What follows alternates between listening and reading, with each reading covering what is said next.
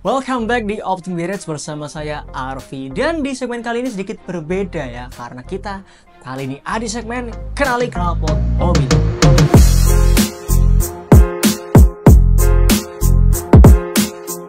Oke, dan di video kali ini kita tidak membahas pemasangan seperti biasa ya, melainkan sesuai dengan nama segmennya, Kenali Knalpot Mobilmu. Nah, karena ini cukup banyak yang mungkin masih merasa kayak bingung nih, mau ganti atau mau upgrade knalpot itu mulai dari mana dan gantinya apa saja. Karena setiap mobil itu beda-beda. Jadi langsung aja, mari kita gas sekarang juga.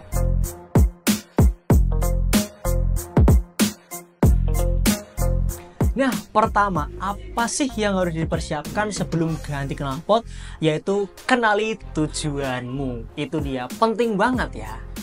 Nah, karena untuk tujuan knalpot ini beda-beda ya. Ada yang buat variasi suara aja, untuk meningkatkan torsi dan tenaganya biar lebih maksimal, atau suaranya yang fokus ke knalpotnya biar lebih gacor. Dan udah banyak yang buktiin knalpot punya NDK di Optimum Garage tentunya. Jadi mulai dari tujuannya dulu nih, harus dikenali ya. Pertama, misalnya kalau kalian memang berfokus buat variasi suara sama looknya aja, bisa pakai muffler only. Nah, mufflernya ini kita banyak tipenya ya. Itu karena buat penggunaan harian dengan suara yang masih soft lah ya, masih adem.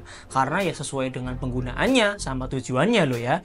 Kepengen yang adem-adem aja buat variasi biar nggak ngantuk, itu dia pakai mufflernya. Kedua, kalau kau pengen fokus ke suara tapi hemat budget, bisa ambil muffler sama resonator. Nah, untuk resonator ini berbeda-beda ya, karena punya kita tipenya ada beberapa juga nih. Ada buat matic, ada sendiri, buat manual juga ada sendiri. Mau yang buat harian dengan karakter suara soft bass sopan, bisa pakai yang tipe bass. Kalau mau yang lebih gahar, mungkin suka buat ngebut-ngebutan, kepengen torsinya lebih jambak lagi, bisa pakai resonator tipe drag. Nah, kalau misalnya kepengen yang kenceng-kenceng aja, fokus ke suaranya, bisa pakai paket hemat muffler sama resonator tipe straight buat matic manual, karena ada sendiri nih, karena setiap mobil itu memiliki kebutuhan yang beda-beda. Ketiga, kalau nggak cuma kepengen dari suaranya gahar tapi dari torsi dan powernya maksimal, nah ini dia, wajib banget ganti full system. Full system ini tergantung setiap mobil ya, karena ada yang pakai downpipe, ada yang pakai downpipe front pipe, atau header juga nih. Setelah itu baru ada yang namanya resonator sama muffler. Nah, itu kedua umumnya sama, bagian tengah sama belakangnya untuk setiap mobil ya. Karena kalau pakai full system itu dijamin bro, dari suaranya gacor, powernya lebih jambak lagi dibandingkan dengan penggunaan muffler only atau muffler reson. Itu dia bro. Nah, terakhir, kalau kau pengen ningkatin tenaganya aja tapi tanpa suara yang berisik atau seperti mobil standar, nah ini dia bro, ganti aja downpipe, front pipe atau header sama resonator. Itu buat penggunaan harian itu udah nampol dan cukup banget ya, dengan suara yang seperti mobil standar. Karena bagian yang mempengaruhi dari suaranya yang menentukan itu di bagian mufflernya. Itu dia, dari beberapa tujuan, kira-kira kalian mau pilih yang mana dulu nih? Nah, artinya apa? Karena kalian harus mengetahui bahwa knalpot itu setiap mobil beda-beda. Kalau misalnya buat mobil keluaran lama seperti Toyota, Nissan, atau Mitsubishi, itu yang keluaran lama itu masih pakai yang namanya header. Dan bentuknya itu seperti beberapa kolektor, nanti menjadi satu ya untuk bagian headernya. Lalu bagian reson sama muffler itu masih sama ya. Sedangkan ada yang namanya downpipe ya. Biasanya downpipe ini digunakan di mobil-mobil Honda ya. Kita ambil contoh aja nih biar gampang.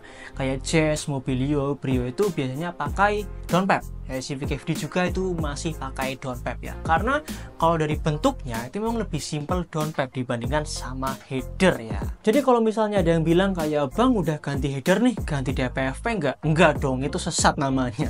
Itu nggak bisa dijadiin satu bro, karena memang sudah beda untuk setup knalpotnya ya. Nah, jadi memang penting ya buat teman-teman semuanya harus mengenali dulu nih knalpotnya di mobilnya sendiri itu pakainya apa aja.